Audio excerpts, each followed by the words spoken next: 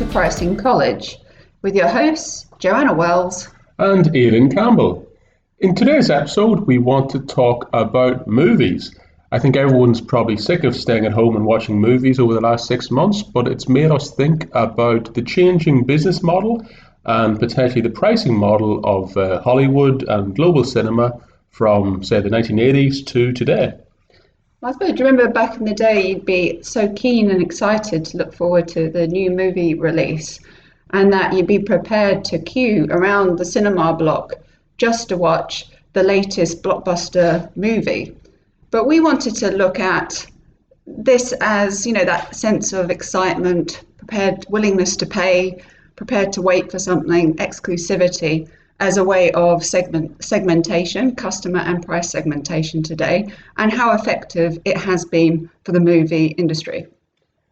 I think a lot of people talk about the golden age of Hollywood. I think they're often referring to from the 1930s to 1950s. For me, obviously, the golden age of Hollywood is when I was a kid, and that runs from probably the mid-80s to the late 1990s. Interestingly, some people argue 1998 was the last great year of Hollywood, but I would say that getting old. But if you look at how Hollywood movies were distributed in that period, let's say the mid-90s, it was a classic example of using the technology at that time to segment the market based on customer willingness to pay. So basically providing the same service, the same media, which was the movie. Obviously, some were shown on a big screen, some were shown through videos, etc. But the content was the same. But what they did was they had a very strict, very regimented system of delaying release on those movies on different platforms to really eke out every possible dollar from the customer base based on their willingness to pay. And it would start really from cinema. So you'd open in the cinemas. Once that was exhausted, it would then move to the video store, the Blockbuster, etc., which we covered in a previous episode. After that was exhausted, it would move on to pay television, satellite or cable. And once that exhausted, it would eventually drop down to normal TV, free-to-air TV, for the people who really weren't willing to pay for it, but there was still a few more dollars to be eked out of the product. Yeah, and if you can recall, there are much more restrictions on IP, the movie IP, because of this sense of exclusivity in a way. There'd be lots of anti-pirating laws, there'd be lots of rules and regulations prior to the movie starting, both in the movie, the cinema, and also on video. You'd see those big black signs going, whatever you do, just don't copy this film. And that was all because they had that very strict guideline, as Aidan was talking about release dates, about protecting IP, making it a very special event for people. But also you've got to consider, making the movie itself is very high cost. So they've got to think about covering their costs and making money on top. So this type of segmentation strategy based on time and exclusivity enabled the cinema industry and the movie industry to do that at that point in time. Obviously, they didn't have the customer insights and analytics to then really drive further into the segmentation, both price and customer segmentation, which they're doing now. But at that point, this is what they really did leverage. I think on the protection of the IP and the building barriers around the product, so if we say the cinema, they really did hammer home theft is theft, intellectual property theft, all those things really were pushed.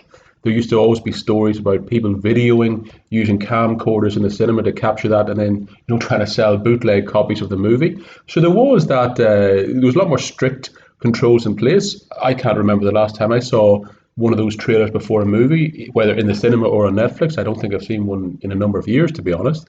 So that has changed. I suppose the whole system with digitalisation, it did change with, Napstar and downloading and Pirates Bay and these sort of websites where they were, I can't even remember what they were doing, but they were sharing files, probably from the early 2000s. This all began to change. And obviously then with the demise of the traditional video store, the Blockbuster collapse, and into the introduction of Netflix and more streaming services over the last 10 or so years, that model really has changed.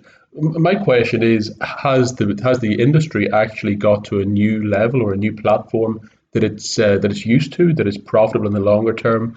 And I'll be honest, I actually don't think they are segmenting or segmenting by a customer willingness to pay, as well as they were in that traditional or older model. You think about that older model, I suppose it's very like one-sided. It really does protect the interests of the movie industry. As Aidan was saying, there are people trying to go outside of that system and trying to watch the movie before the release date, the official release date. But that actually shows, that the model in itself was inflexible, and it wasn't actually appealing to the audience. The audience wanted to consume that movie beforehand, but the movie industry wanted to sort of regulate everything. And it just shows that sometimes, that business model has to adapt, and in a way that, not thinking about your audience and what they actually want and keeping it from them can actually be detrimental in the long term, even though it's profitable for the business in the shorter term.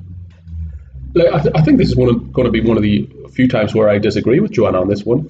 I actually think there's a famous concept that if you scarcity leads to people wanting things more. And I do think in the movies, where it's seen as a luxury thing, it's a night out, it's a glamorous night at the movies, and that's promoted with red carpet, premieres and these sort of things, where obviously the celebrities get to go even before you do, even before the cinema, they get to go first. Those sort of concepts really lead to it as being a glamorous night out, a big night out, an acceptable way to spend your Friday or Saturday evening, whether like a date night or with a family, etc. And I think that scarcity, it leads to the hot new movie to see, the new Tom Cruise movie or whatever. Again, I'm showing my age here, back to the early 90s. But I do think that glamour about the movies, it even led to the next, when it went down to the video store. You went into Blockbuster, say you went in on a Friday night and you're hoping to get the limited number of, VHS copies of that hot new movie. And even then, people were still clamoring over to get those movies. So I personally think in this aspect, it's creating the sense of anticipation and scarcity leads people to almost want to watch it more. I'm not disagreeing with you. I just think in terms of scarcity, it's what we're talking about is segmentation here of experience. And through having that older inflexible model, what they found from their audience is that some of their audience wanted to consume that movie, and they didn't want all the glamour glitz and sort of red velvet rope experience. They just wanted to, almost like a Netflix experience, a lazy experience. They just wanted to watch it and then move on. There was nothing in particularly special for them. They just wanted to consume it. So even with the experience, what I'm trying to say is that the older model really did appeal to people that were interested in the movies, that couldn't wait to see it, and I loved the anticipation. That in itself is segmentation of a particular customer group. But there was another type of group that just wanted to consume it and disregarded any of the Hollywood glitz and glamour that you were talking about. And in a way, they're sort of the more, in my mind, Netflix people. People that would love movies, will consume them, but they wouldn't bother going to the cinema, don't see it as a really, don't like that sort of Hollywood experience and can do without it. And for that reason, we have got all these different types of, businesses. Yeah, I think that's true. I think, you could almost argue, does life follow art or does art follow life? Certainly at the moment, we're in more of a certainly disposable culture. The movies we watch, people surf on Netflix, they find the one they watch, they don't commit a large dollar amount to it, and then, they watch the movie. I don't think they were excited about it in advance. They weren't seeking out that movie. So my argument is that the movie industry has almost worked itself into a scenario where willingness to pay is very difficult for the companies to eke out that, or to maximize willingness to pay. It's very difficult for them to delay, put the barriers around the different methods of showing the movie. Even cinema, the runs in cinemas now are shorter than they used to be in the olden days, as there's a rush to move things to, as digital will become available quicker and quicker. Obviously, the world is now a global market, and so even slowing releases from one territory to another has decreased, which used to be very common. So, my personal view is it has flattened the market, and it probably has flattened the market at a willingness to pay that's actually quite low. With that willingness to pay being low, does it feed back through a feedback mechanism into, to be honest, not very good movies? That's again something this podcast doesn't cover, but it's, as a movie fan myself, I would argue it does. And I would argue that with that lack of willingness to pay from consumers, the quality of movies has become much more bland and popcorn-esque. Yeah, and I think that's why, Netflix is becoming sort of more popular when you think about what it offers and the type of,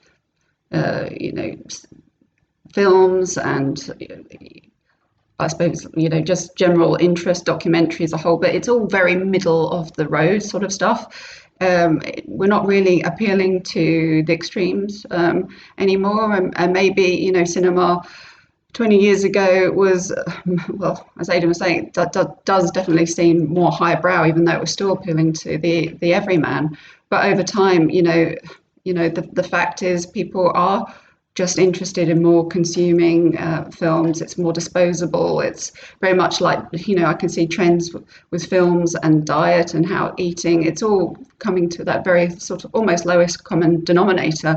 And we are missing out on sort of introductions to, better thoughts, better ideas as a result. Yeah, I think that's it for me. I think we're going to do a couple more podcasts around the entertainment industry and movie industry. So I think we'll leave some of the other concepts to them. Yeah, thanks a lot. Thanks, Dan.